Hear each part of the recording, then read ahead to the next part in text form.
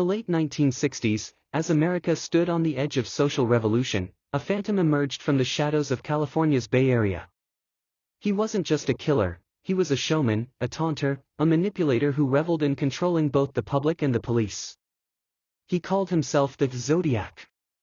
Between 1968 and the mid-1970s, this mysterious figure claimed responsibility for multiple murders, sent cryptic letters and bizarre symbols to newspapers, and mocked the very people trying to stop him. His crimes were brutal. His words were chilling.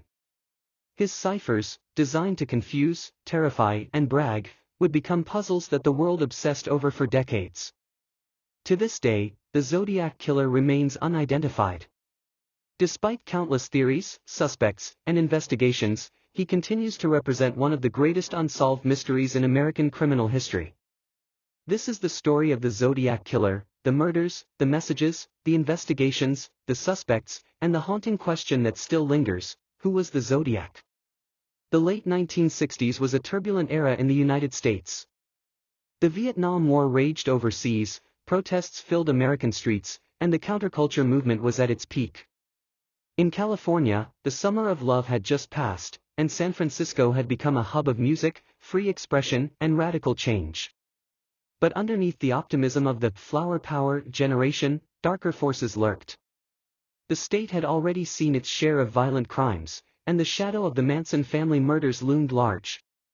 Fear was not uncommon, but nothing prepared Californians for what was coming. It was against this backdrop that the Zodiac Killer emerged. Unlike ordinary killers who struck in silence, the Zodiac sought attention. He inserted himself into the headlines, making sure his crimes weren't just acts of violence, but messages of terror broadcast to millions.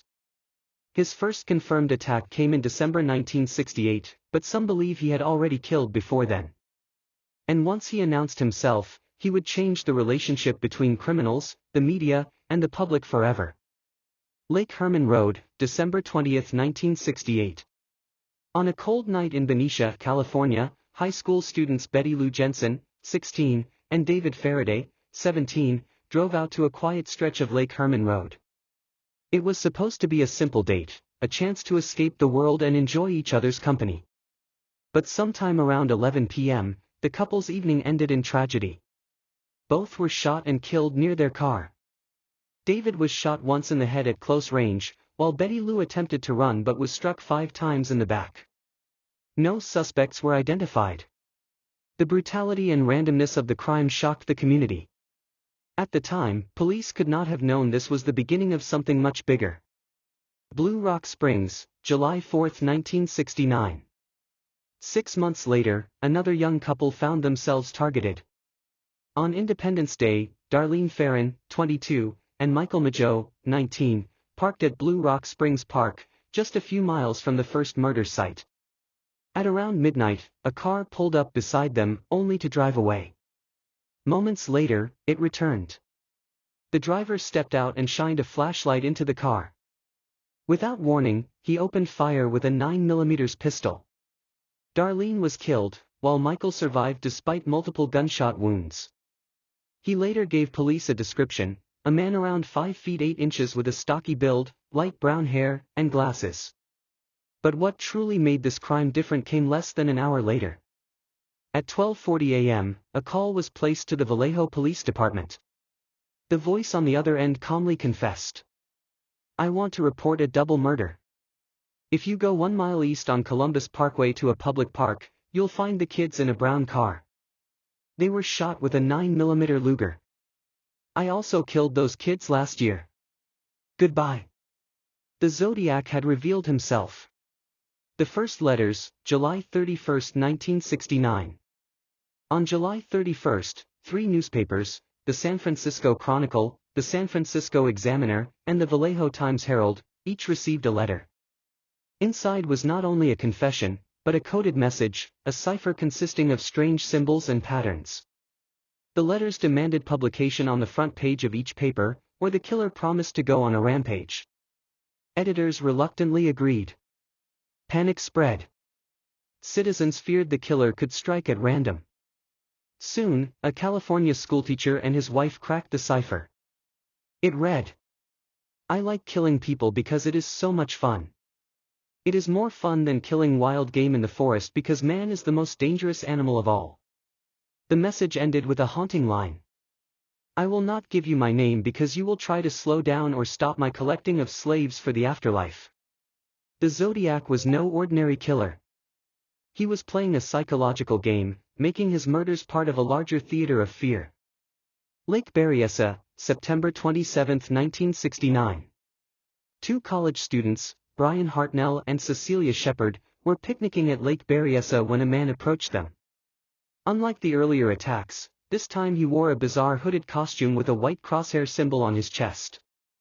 He tied the couple up, then brutally stabbed them with a long knife. Brian survived, Cecilia did not. Before leaving, the killer drew the Zodiac symbol on their car door, along with the dates of his previous murders. San Francisco, October 11, 1969. Just 2 weeks later, the Zodiac struck again. Paul Stein, a 29-year-old cab driver, picked up a passenger in San Francisco. At the intersection of Washington and Cherry Streets, the passenger shot Stein in the head. A group of teenagers witnessed the crime and called police. Officers arrived within minutes, but a fateful mistake occurred. The killer was described as a black man in the initial radio broadcast, when in fact witnesses had seen a white male. Because of this error, police may have unknowingly crossed paths with the Zodiac and let him walk away. The Zodiac later mocked authorities in another letter, attaching a piece of Stein's bloody shirt to prove his claim. Over the years, investigators linked the Zodiac to earlier and later cases, including the 1966 murder of Sherry Jo Bates in Riverside and several unsolved disappearances. However, only 5 murders have ever been officially confirmed as the Zodiac's work. Still, the possibility that his body count was much higher haunts investigators to this day. The Zodiac Killer was unlike most serial killers. He didn't just kill, he performed. His stage was the front pages of California's newspapers. His weapons were letters, symbols, and threats. Between 1969 and 1974, more than 20 letters were received, some authenticated, others disputed. They often began with the words, "This is the Zodiac speaking." Some contained cryptograms.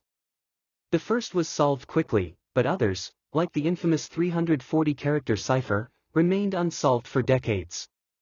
In 2020, a team of codebreakers finally cracked it, revealing another disturbing taunt, the Zodiac boasting that he wasn't afraid of the gas chamber because it would send him to paradise faster.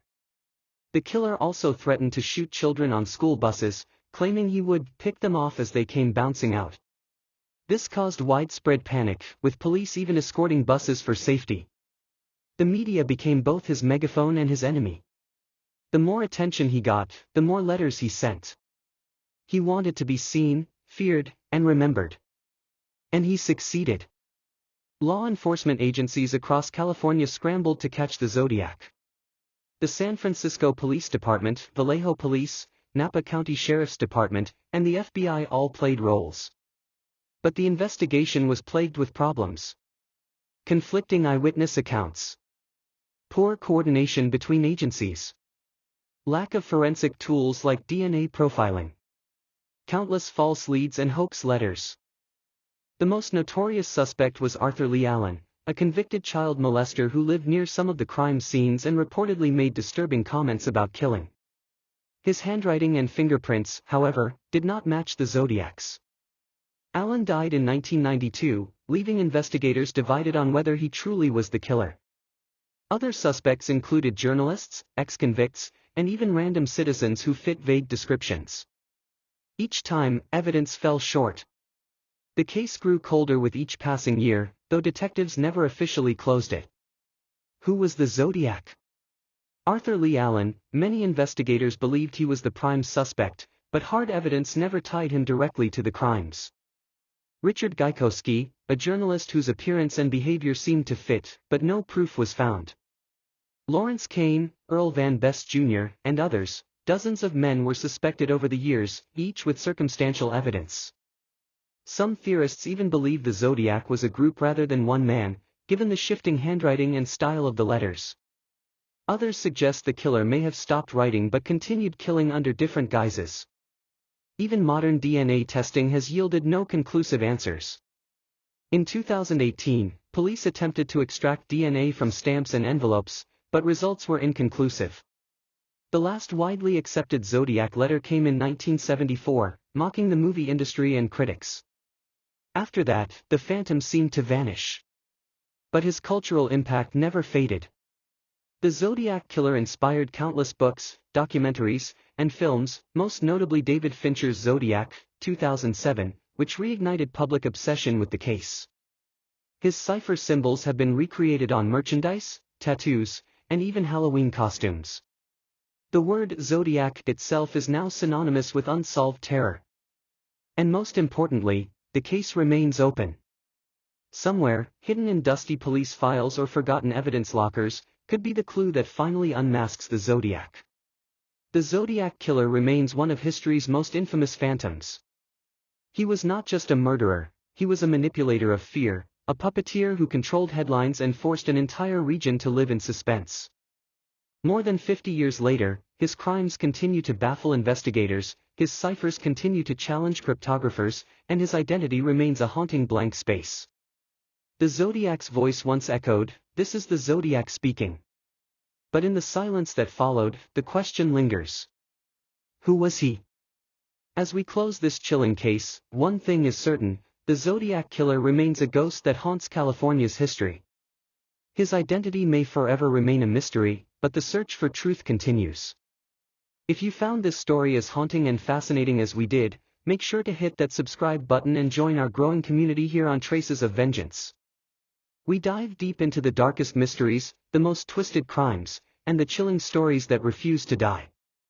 Don't forget to turn on notifications so you never miss the next investigation. And remember, every case leaves behind traces. Together, we uncover them.